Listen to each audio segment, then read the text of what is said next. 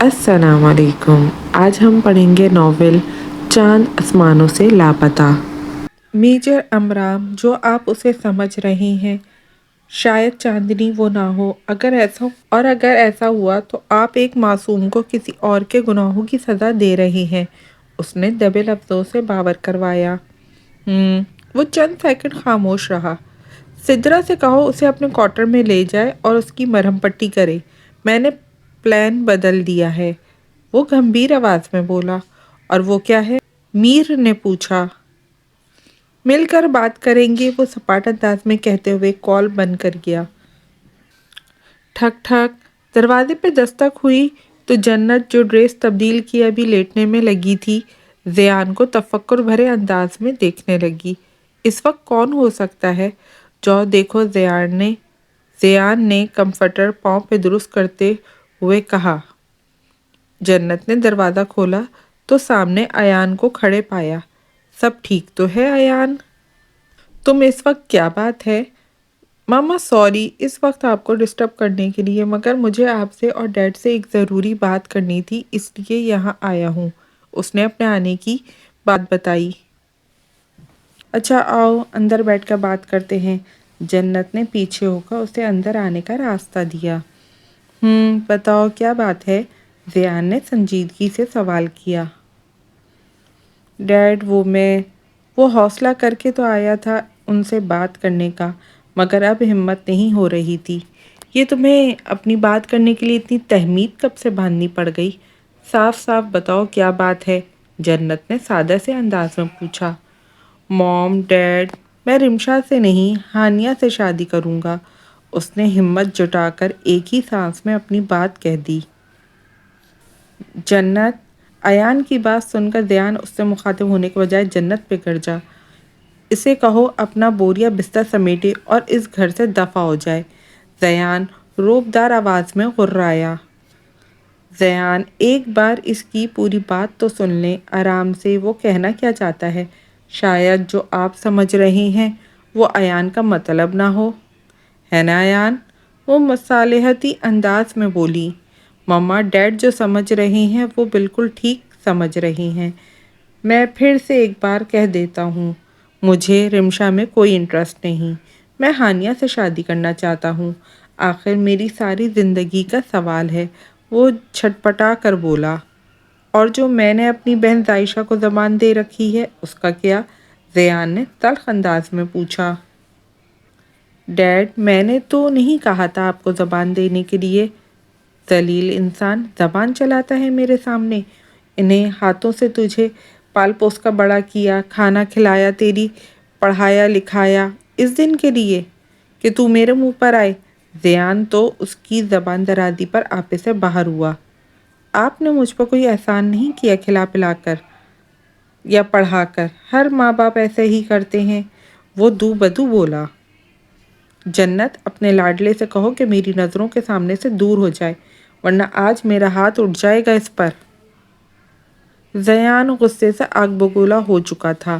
Ziyan please آپ بیٹھیں، زیادہ غصہ کرنا ٹھیک نہیں، میں اسے سمجھاؤں گی، بچہ ہے سمجھ جائے گا۔ وہ زیان کو شانے سے پکڑ کر بیٹھنے کے لیے بولی۔ خاک سمجھے گا، بچہ لگتا ہے تمہیں یہ؟ ڈاکٹر بن چکا ہے، عقل گھٹنوں میں ہے، وہ پیشانی پہ شکنوں کا جال بچھا کر بولا۔ اس کی خاطر اب میں اپنی بہن سے ناراضگی مول لوں، اور وہ بچی رمشا جو بچپن سے اسے اپنا سب کچھ مان کر اس کے نام پر بیٹھی ہے، اس سے کیسے نظریں ملا پاؤں گا میں؟ یہ سوچا ہے کبھی تم نے؟ مگر تمہیں کیا، تم تو اپنے دل کی کرو۔ ڈیڈ، رمشا آپ کی بہن کی بیٹی ہے تو ہانیہ آپ کے بھائی ضامن چچا کی بیٹی ہے، میں کون سا آپ کو خاندان سے باہر کی لڑکی سے شادی کرنے کا کہہ رہا ہوں، بس لڑکی ہی تو بدلنی ہے، وہ تندی سے بولا۔ گڈے گڑیا کا کھیل ہے نا، ایک گڑیا پسند نہیں تو دوسری سے شادی رچا لی۔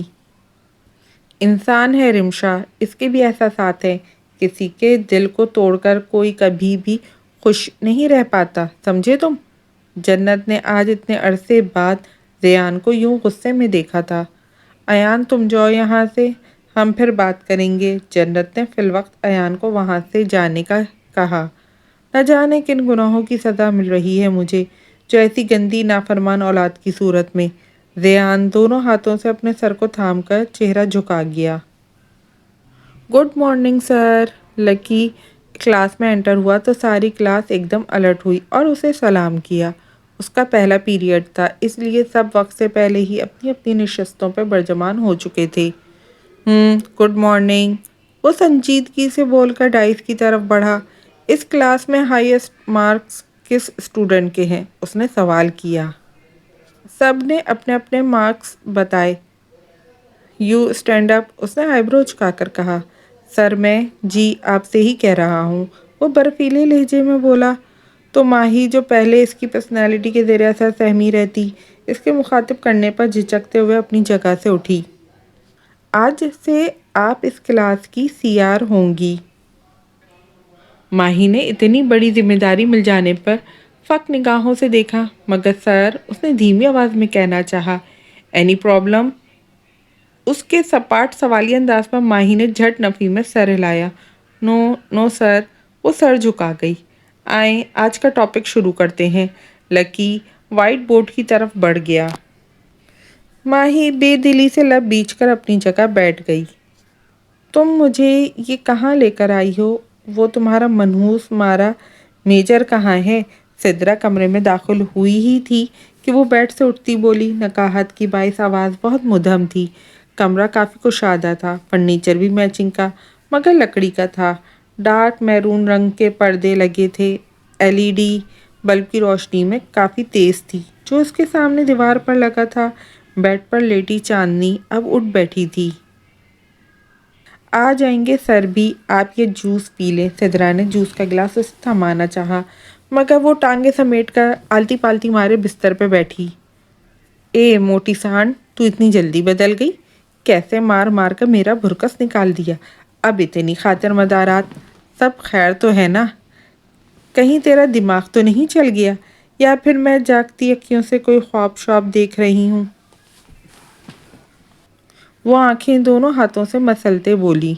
او کہیں اس جوس میں کچھ ملا تو نہیں دیا، اور مارنے سے پہلے مجھے کھلا پلا رہی ہو تو؟ چاندنی نے اپنی قیاسرائیاں جاری رکھیں۔ سر نے کہا تھا کہ آپ کا خیال رکھوں، باقی باتیں وہ آئیں گے تو ان سے پوچھ لیجئے گا، ابھی آپ اسے پی لیں۔ سدرا نے جوس کا گلاس پھر اس کی جانب بڑھایا۔ چاندنی نے سر اٹھا کر اسے دیکھا۔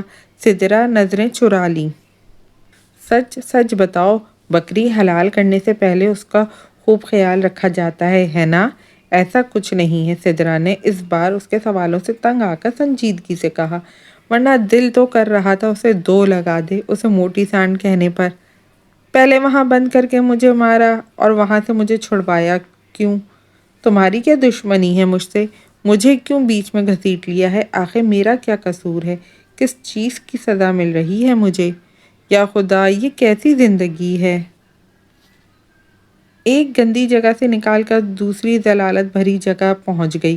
ایک قید سے رہائی ملی تو ان لوگوں کی قید میں آ گئی۔ ایسا کون سا گناہ کر ڈالا ہے میں نے جس کی سزا مجھے ایسے مل رہی ہے؟ وہ زور و شور سے روتے ہوئے اپنے رب سے شکوے کر رہی تھی۔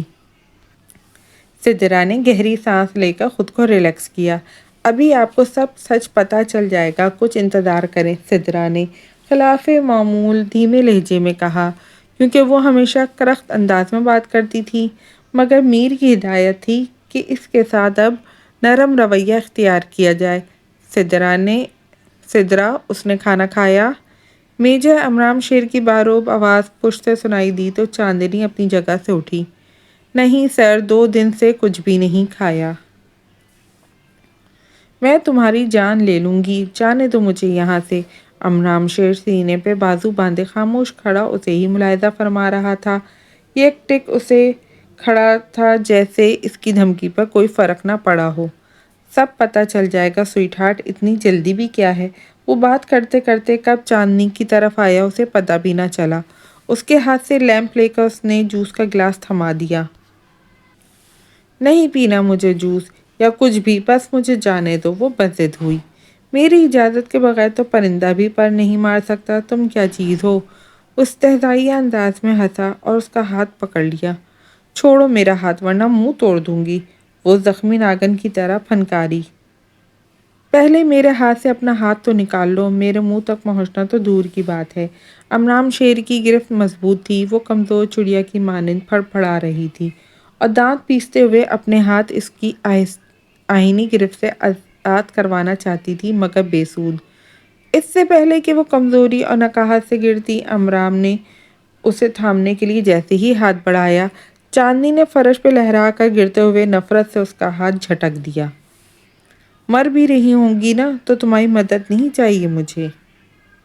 اٹھو۔ امرام نے دوزانوں بیٹھ کر اسے دیکھا جو اسے قہربار نظروں سے دیکھ رہی تھی۔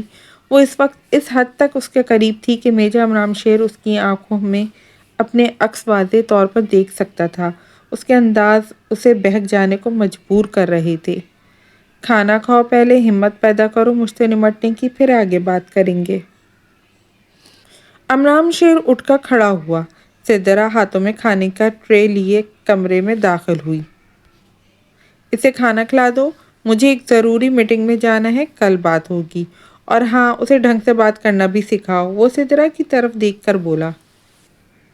یار ماہی، کل نا میری ایک کزن کی انگیجمنٹ ہے، سمجھ نہیں آ رہا کیا پہنوں، تم کچھ مشورہ دو نا، پارس نے کہا۔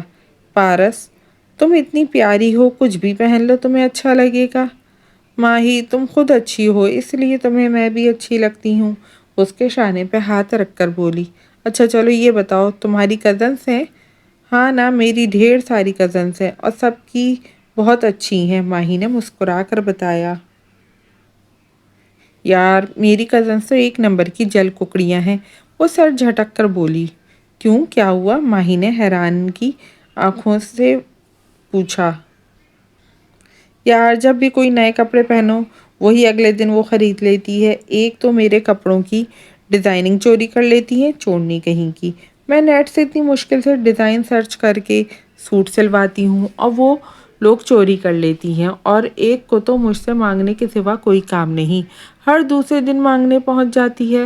پارس نے اپنا اچھا سا ڈریس دے دو پلیز، آج مجھے یہاں جانا ہے، وہاں جانا ہے، پارس نے اس کی نقل اتارتے ہوئے بولی۔ فہد نے شانے اچکائے اور واپس مڑ گیا۔ پارس، تم بھی میرے ساتھ چلو نا۔ ماہی ڈرتے ہوئے اپنی بک سمیٹ کر ساتھ بیٹھی پارس سے بولی۔ ماہی، سر نے تمہیں بلایا ہے، میں کیسے جا سکتی ہوں؟ جاؤ یار، سر تمہیں کھا تھوڑی نہ جائیں گے، وہ لاپرواہی سے ہنستے ہوئے بولی، مگر ماہی کا تو خون خشک ہوا پڑا تھا۔ ماہی، دھیان سے جانا، اتنے ہینڈسم سر ہیں کے ساتھ اکیلے میں ملنے جا رہی ہو، کہیں ان کی وجاہت کے جلوے دیکھ کر بے ہوش نہ ہو جاؤ۔ پارس نے اسے شرارت سے چھیڑا۔ ماہی دھڑکتے دل سے وہاں نکلی۔ بالآخر وہ ہمت کر کے کمپیوٹر لیب میں داخل ہونے سے پہلے اس کے دروازے پہ ناک کیا۔ میں آئی کم ان سر؟ یس۔ ماہی اندر آ کر ادب سے کھڑی ہو گئی۔ آج میں کمپیوٹر پہ کچھ ڈیٹا سیو کر رہا ہوں، کل سنڈے ہے تو پرسوں منڈے کو کلاس میں ٹیسٹ لوں گا۔ جی سر، وہ ہچکچاتے ہوئے بامشکل بولی۔ سر، مگر ٹیسٹ کس یونٹ کا ہوگا؟ آپ مجھے اپنا نمبر دے دیں۔ مگر کیوں؟ ماہی نے حیران کن نظروں سے سامنے بیٹھے لکی سر کو دیکھا، جن کی مخروطی انگلیوں کی بورڈ کی ماہرانہ انداز میں ٹائپنگ کر رہی تھی۔ یکلخت اس کی انگلیوں کی حرکت رکی اور اس نے خشمگی نگاہوں سے ماہی کو دیکھا۔ لکی سر کی اتنی غیر متوقع بات پر ماہی کے اوزان خطا ہو گئے۔ حد ہو گئی، میں آپ کو ٹیسٹ سے آگاہ کروں گا رات میں ٹیسٹ بنا کر، تاکہ آپ باقی کلاس کو بتا دیں، کلاس والے اس کے نمبر لے کر فون پر ایڈ کر لیں، پھر جو میں آپ کو واٹس اپ کروں گا آپ سب کو بتا دیجیے گا۔ جی سر، اس نے مؤدب انداز میں کہا۔ نمبر؟ جی سر، وہ ماہی نے اپنا نمبر لکھوا دیا۔ لکی نے ماہی کو اپنے فون سے واٹس ایپ پہ بلینک میسج کیا۔ اس کے شانے پہ ڈالے بیگ میں موجود موبائل پہ میسج کا نوٹیفیکیشن موصول ہوا۔ میرا نمبر سیو کر لیں۔ ماہی نے بیگ سے موبائل نکالا، اس کے ہاتھ کانپ رہے تھے۔ لکی نے اس کے کانپتے ہوئے ہاتھوں سے موبائل پکڑ کر اپنا نمبر لکی کے نام سے سیو کر دیا، پھر موبائل ماہی کے ہاتھ میں پکڑا دیا۔ اب آپ جا سکتی ہیں۔ ماہی موبائل لے کر مرے مرے قدموں سے باہر نکلی۔ وہ ڈریسر کے سامنے کھڑی اپنے بال جوڑے کے صورت میں لپیٹ رہی تھی کہ رمشا کے موبائل پر کال آنے لگی۔ اس نے تیزی سے ہاتھ چلا کر جوڑا بنایا اور لپک کر موبائل اٹھایا، اس پر ایان کا نمبر دیکھ کر اسے خود اپنی آنکھوں پہ یقین نہیں آیا۔ ایان کا نمبر اس کے موبائل میں سیو تھا مگر اس نے کبھی کال نہیں کی تھی۔ آج پہلی بار اس کی کال دیکھ کر رمشا کو پریشانی نے گھیر لیا۔ سب ٹھیک ہے؟ اس نے خود کلامی کی اور کال ریسیو کی۔ السلام علیکم۔ وعلیکم السلام، اس نے روکھے پھیکے انداز میں کہا۔ کیسی ہو؟ اس نے بات کا آغاز کیا۔ جی میں ٹھیک ہوں، وہ بس اتنا ہی بولی اور فون کو دیکھنے لگی، پھر واپس کان سے لگایا۔ اس کی اگلی بات سن کر خواہ ہوئی کہ اس نے کس مقصد کے لیے کال کی ہے۔ رمشا، تم ہمارے رشتے کے بارے میں کیا کہتی ہو؟ یہ کیسا سوال ہے؟ میرا مطلب ہے کہ تم اس شادی سے خوش ہو؟ ایان، یہ رشتہ میرے والدین نے اپنی خوشی سے طے کیا ہے، وہ خوش ہیں تو میں بھی خوش ہوں، رمشا نے سادگی سے کہا۔ مگر میں خوش نہیں، میں تم سے شادی نہیں کرنا چاہتا۔ اس کی بات سن کر رمشا کے پیروں تلے زمین کھسک گئی۔ یہ آپ کیا کہہ رہے ہیں؟ اس کے دل و دماغ میں جھکڑ چلنے لگے۔ کچھ دیر بعد وہ ہمت مجتمع کر کے بولی، دیکھو رمشا، میں تمہیں دھوکے میں نہیں رکھنا چاہتا، میرے دل میں تمہارے لیے کوئی جذبات نہیں، ہم ایک ساتھ کبھی بھی خوش نہیں رہ پائیں گے۔ رمشا کا نازک سا دل ٹوٹ کر کرچی کرچی ہو گیا، آنکھوں سے آنسو بہتے ہوئے اس کی شہابی گال بھگونے لگے، مگر اس نے ایان کو محسوس نہیں ہونے دیا۔ آپ کیا چاہتے ہیں اب؟ وہ سیدھا مدعے پر آئی۔ تم مجھ سے محبت کرتی ہو؟ اتنا کچھ سننے کے بعد کون لڑکی اپنی محبت کا اظہار کرے گی جبکہ مقابل اسے دھتکار چکا ہو؟ اس نے دل میں سوچا، میرے پاس آپ کے اس سوال کا جواب نہیں ہے۔ اچھا بس اتنا بتاؤ کہ تمہاری نظر میں محبت کیا ہے؟ اس نے ایک اور جان لیوا سوال داغ دیا۔ رمشا نے گہرا سانس لیتے ہوئے بات شروع کی۔ میری نظر میں محبت تو یقین اور اعتماد کا نام ہے، مجبوریاں، کمزوریاں، بے بسیاں، مایوسیوں کا نام نہیں۔ محبت تو قربانی کا نام ہے، محبت میں سود و ضیاع کا حساب نہیں، محبت خود غرضیوں، انا پرستیوں، گمراہیوں کا نام نہیں۔ محبت تو عزت و احترام کا نام ہے، سودے بازیوں، شرطوں، رنگ بازیوں کا نہیں۔ وہ سنجیدگی سے گویا ہوئی۔ تم نے کہا ہے نا کہ محبت قربانی کا نام ہے، ایان نے استفسار کیا۔ وہ اس کے تمام احساسات کو بھولے اپنے مطلب کے لفظ سے اس میں سے آخذ کر گیا۔ وہ دھیمے سے بولی، تو پھر اگر تمہیں کبھی مجھ سے محبت ہوئی ہے تو اس کے لیے تمہیں قربانی دینی ہوگی رمشا۔ کیسی قربانی؟ موم اور ڈیڈ میرے ہانیہ سے رشتہ جوڑنے پر نہیں مان رہے اور نہ ہی وہ میرا تم سے رشتہ توڑنا چاہتے ہیں۔ ہانیہ کا نام سن کر ساتوں آسمان قیامت بن کر اس پر ٹوٹ پڑے۔ کیا اس کی ذات اتنی عارضہ تھی کہ ایان نے ہانیہ کو اس پہ ترجیح دی؟ ایسا کیا تھا اس میں جو ایان نے مجھے چھوڑ کر ہانیہ کو چنا؟ وہ کرب زدہ نظروں سے اسے فون کو دیکھ رہی تھی جیسے ایان اسے فون میں نظر آ رہا ہو۔ رمشا، وہ پکارا۔ جی سن رہی ہوں۔ اپنی چاہت کی چاہت کے لیے قربانی دو، اسے اس کی چاہت سے ملا دو۔ تم پر ہے تم کیسے اپنی چاہت کی چاہت کو اس کی چاہت سے ملاتی ہو۔ کہتے ہی اس نے کال بند کر دی۔ رمشا کے ہاتھ سے موبائل چھوٹ کر کارپیٹ پہ گرا۔ وہ شکستہ وجود لیے بستر پہ ڈھہ سی گئی۔ اس کی محبت کو سودے بازی کی بھیٹ چڑھانا چاہتا تھا۔ یا اللہ پاک، مجھے صبر و ہمت عطا فرما۔ میں اب صبر کا وہ درجہ پانا چاہتی ہوں کہ جب تمہارا نام میرے سامنے لیا جائے تو نہ میری آواز مدھم ہو، نہ میرا لہجہ بھیگے اور نہ ہی میری آنکھیں نم ہوں۔ جس کے دل میں میری قدر نہ ہو اس کے لیے مجھے رونا نہیں۔ رمشا دستبردار ہو جا ایسے ناقدرے انسان سے، اس کے دل نے شدت سے آواز لگائی۔ رات گئے وہ بستر پہ دراز تھی، اپنی کتابیں اپنے گرد پھیلائے پڑھائی میں مہو تھی کہ موبائل پہ میسج نوٹیفیکیشن موصول ہوئی۔ ماہی نے ہاتھ مار کر تکیہ کے ساتھ پڑا، اپنا موبائل اٹھا کر دیکھا، اسکرین روشن کی اور واٹس ایپ پہ لکی نام سے میسج آیا ہوا تھا۔ ماہی نے بنا ایک بھی لمحہ